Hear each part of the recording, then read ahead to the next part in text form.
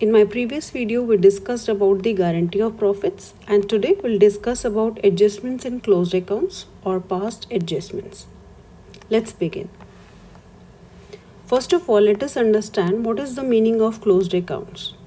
See, accounts are closed on the last day of financial year, and with the help of the closing balances of all these ledger accounts, the balance sheet is prepared. So the closed account means preparation of balance sheet on the last day of financial year with the final balances of ledger accounts. So when accounts are prepared, after that the changes are not made. So what we discuss, after the preparation of balance sheet, accounts cannot be changed, and thus if any changes are required to be made, a rectifying entry is passed on the first day of the next financial year in context of any past adjustments. So see please, if on 31st March of 2025, if the balance sheet is being prepared, it means all accounts like furniture account, capital account, etc. are being closed, and the closing balances are being used to prepare the balance sheet. Now when the balance sheet is being prepared, the accounts cannot be changed at all. And if there is any changes are required to be made, it will be made on the first day of the next financial year, and that entry will be called as rectifying entry. So any past changes or any past adjustments which are to be made will be made on the first day of the next financial year, that is 1st April 2025, right? Because on 31st March 2025, this is the date of last day of financial year. So balance sheet will be prepared on this day, and the 1st April of 2025, that is the beginning of new financial year, the adjustment or rectifying entry will be made. So let us discuss what type of adjustments will be made. So here adjustments like salary, interest on capital, commission to partners, if are not provided in the previous year, or the distribution of profit was done in the wrong ratios, or there can be the interest on drawings which was not charged from the partners, or if there was any excess of interest on drawings charged from the partners, etc., will be done with the help of adjustment entry or rectifying entry. Let us understand the adjustments in a different manner. The nature of the adjustments, from the point of view of the firm, there can be some expenses which are to be adjusted, or there can be some incomes which are to be adjusted.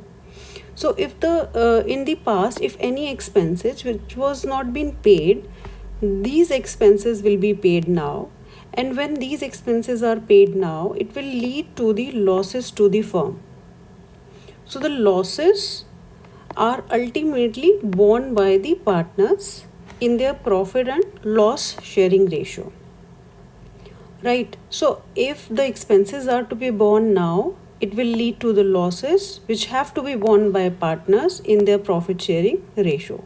Similarly, for incomes, if there is an income to the firm and that was not being received, if it is being received now, then it will lead to the profits to the firm, and the profits of the firm are ultimately distributed between the partners in their profit and loss sharing ratios, right? So let us discuss what type of expenses or what type of incomes can be there. So expenses like, if suppose the firm has not paid salary in the previous year, or they forgot, or interest on capital, commission to partners, these are the type of expenses for the firm, right? So if these expenses are not been borne, it will lead to the loss to the firm if are being paid now, right? So these losses are to be shared between the partners in their profit sharing ratio. Similarly, for the incomes, if we talk about incomes, interest on drawings, if not charged from the partners, then if it is being charged right now in now at the closing date, so this interest on drawing will lead to the income to the firm, right? So income is actually going to be profit for the firm, and this profit will be shared between the partners in their profit sharing ratios. Let's discuss with the help of the example. So here, whenever we have to solve such type of questions, we need to pass the single adjustment entry. First of all, we are taking the case when expenses not paid in the past are being paid now. So case 1, if expenses like salary, interest on capital not paid to partners in past will be paid now, and an adjustment table will be formed for the same. Right, so let's take this question. X and Y are partners in a partnership firm sharing profits and losses in 2:3 ratio.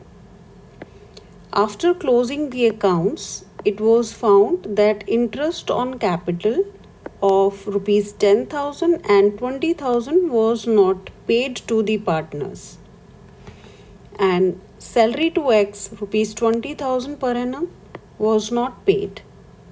Now see, there are two partners X and Y, and their profit sharing ratio is 2:3, and what is not being paid? Interest on capital and salary to the partners, right? So interest on capital is given and salary is also given. So if these were not paid, we are required to pass the necessary adjustment for the same, necessary adjustment entry for the same, right? And we have to show the working notes clearly also. So see, we have to make the adjustment table for the same. See, the adjustment table is to be prepared this way: particulars, then partner X, then partner Y, and then we are writing total, right?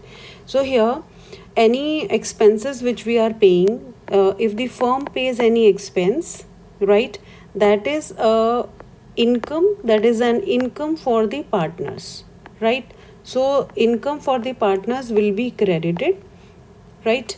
So interest on capital given to the partners means this is being credited to the partners capital account. So in the account of X, we are writing 10,000, right? And for Y, interest on capital comes out to be 20,000, right? It is already given in the question. Now salary for X was not given previously, that was 20,000 per annum. So in total, we are writing the total of the interest on capital, that is 30,000, and the salary 20,000. This total becomes 50,000, right? And with these two benefits to be given to the partners, so these benefits are credited to X and Y, right? Now we have to find that the balance which are being credited to the partners is actually the expense for the firm, right? So this expense is to be borne by the partners in their profit sharing ratio. So their profit sharing ratio is given 2:3. So this 50,000 is being distributed between X and Y in 2:3 ratio. So here it comes 50,000 multiplied by 2 by 5, that comes 20,000, right? For X, that is 20,000. Similarly, we have calculated for Y also. So here 50,000 multiplied by 3 by 5, that comes out to be 30,000, right? So here this loss is being debited to the partners capital in 2:3 ratio. So loss is always debited, right? Please check once again. These two items are being credited, right? This is the total of the credit and this is the total of the debit. Now what we have to do, we have to find the difference between the total benefits given to the partners and the total expenses to be charged from them, right? So here the credit balance and the debit balance, we have to find the difference between the two, right? So we are finding out the difference. Now the difference between these two, if we calculate, it comes out to be 30,000 minus 20,000 comes out to be 10,000. Now see, as we apply the rule in the maths, plus or minus, whichever sign is greater, we use that sign. So here credit is more, so here the difference comes out to be 10,000 credit, right? Similarly here also we are finding the difference between the 20,000 and 30,000. See, this is credit 20,000 and here it is 30,000 debit. So the difference between the two comes out to be 10,000 and we are retaining the sign debit because it is more in excess, right? Now see, the total credit and the total debit here comes out to be 10,000 and 10,000, right? Credit and debit matches. That should also be the case in all the questions. Now the difference between the two comes out to be 0 here. Now let's discuss how to pass the adjustment entry. Now we conclude that X's capital needs to be credited and Y's capital needed to be debited. So the adjustment entry needs to be passed on the 1st April of the next financial year, since in this question year is not being mentioned. Now Y's capital account debit to X's capital account. Why are we writing? Because in our conclusion there we had find the difference that was debit. So Y is to be debited and X is to be credited. So journal entry becomes this way: Y's capital account debit rupees 10,000 to X's capital account 10,000. So the adjustment is being done between the partners and there is no need to pay the cash or to receive the cash from any of the partners. And the narration: adjustment in respect of interest on capital, salary omitted in previous year's account, right? So that is the narration needs to be recorded. Let's understand another example, right, where income is not received by the firm and they are receiving now. And we had discussed in the example that interest on drawings is a type of income for the firm, whereas it is an expense for the partners. So in this case too, we are taking, if the firm has not charged interest on drawings from the partners in the past, then it will be collected now and adjustment table will be formed for the same. Right, so here we'll be taking the example of income. So the question: X and Y are partners in a partnership firm sharing profit and losses in 2:3 ratio.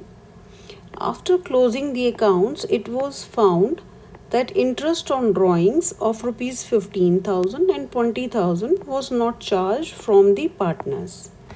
Pass necessary adjustment entry to rectify the above omission and show your working notes clearly. So in this question, X and Y are the partners. The ratio is 2:3 and interest on drawings was not charged from X rupees 15,000 and from Y 20,000.